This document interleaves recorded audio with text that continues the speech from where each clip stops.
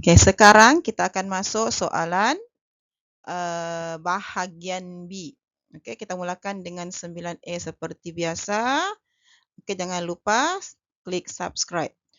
Okey, soalan bahagian B ini ada 2 soalan iaitu soalan 9 atau soalan 10. Okey, pilih salah satu macam biasa, pilih mana yang kamu rasa banyak yang kamu tahu. Okey, soalan 9A. Raja 6 menunjukkan satu pertandingan antara Chef A dan Chef B bagi penyediaan kerepek pisang rangup. Okey, jadi Chef A, kita nampak di sini bersihkan dan buang kulit pisang, potong dengan kepingan bulat setebal 5 mm, rendam dalam air garam, panaskan minyak dan goreng. Okay, untuk Chef B, okay, sama juga lebih kurang sama, bersihkan, buang kulit, potong. Okay, tapi sekarang ni tebalnya 2 mm, 2 mm, rendam dalam air, panaskan dan goreng. Okay, jadi apa perbezaan antara Chef A dengan Chef B?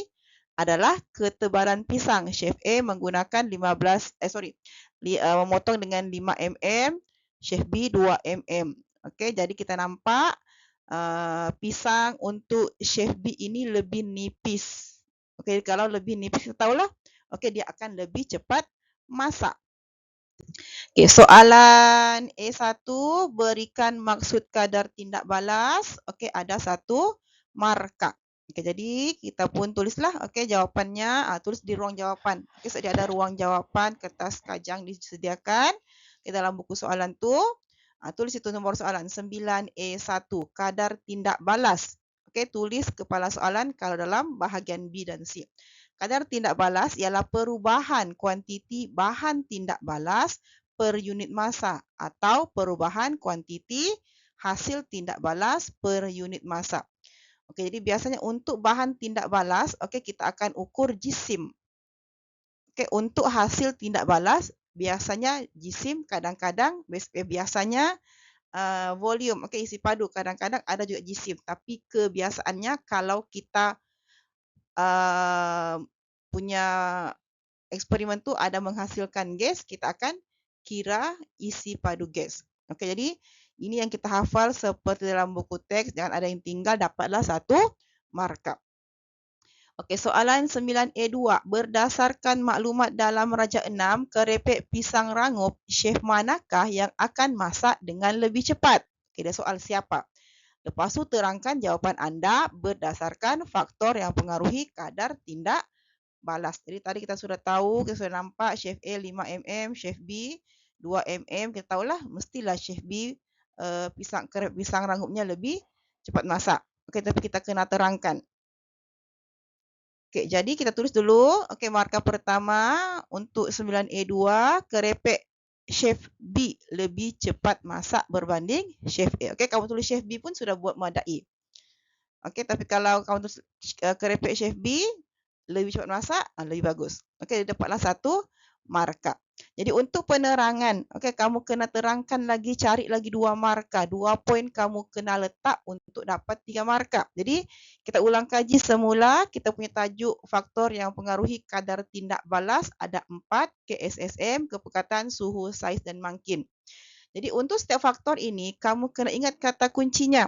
Okey, kalau kepekatan itu dia ada 2 jenis. Satu kepekatan larutan, satu kepekatan ion hidrogen. Okey. Kepekatan larutan kalau kita gunakan kemolaran yang berbeza, manakala kepekatan ion hidrogen kalau kita gunakan asid yang berbeza iaitu asid monoprotik dan asid diprotik. Okey. Jadi kata kunci untuk kepekatan ialah bilangan zarah per unit isi padu. Okey, manakala suhu kata kuncinya adalah tenaga kinetik zarah. Okey, saiz kata kuncinya adalah jumlah luas permukaan. Okey, lepas tu mungkin ada 2 kata kunci yang kita kena sebut. Yang pertama merendahkan tenaga pengaktifan dan menyediakan lintasan alternatif ataupun laluan alternatif. Sekarang ini faktor kita tadi adalah saiz. Okey. Faktor kita saiz. Jadi kita akan sebut faktornya saiz dan kita akan sebut kata kuncinya. Dapatlah satu markah untuk saiz, satu markah untuk kata kunci. Okey. Kita pergi kepada soalan kita sambung tadi. Jadi Markah pertama tadi kita cakap chef B keripiknya lebih cepat masak.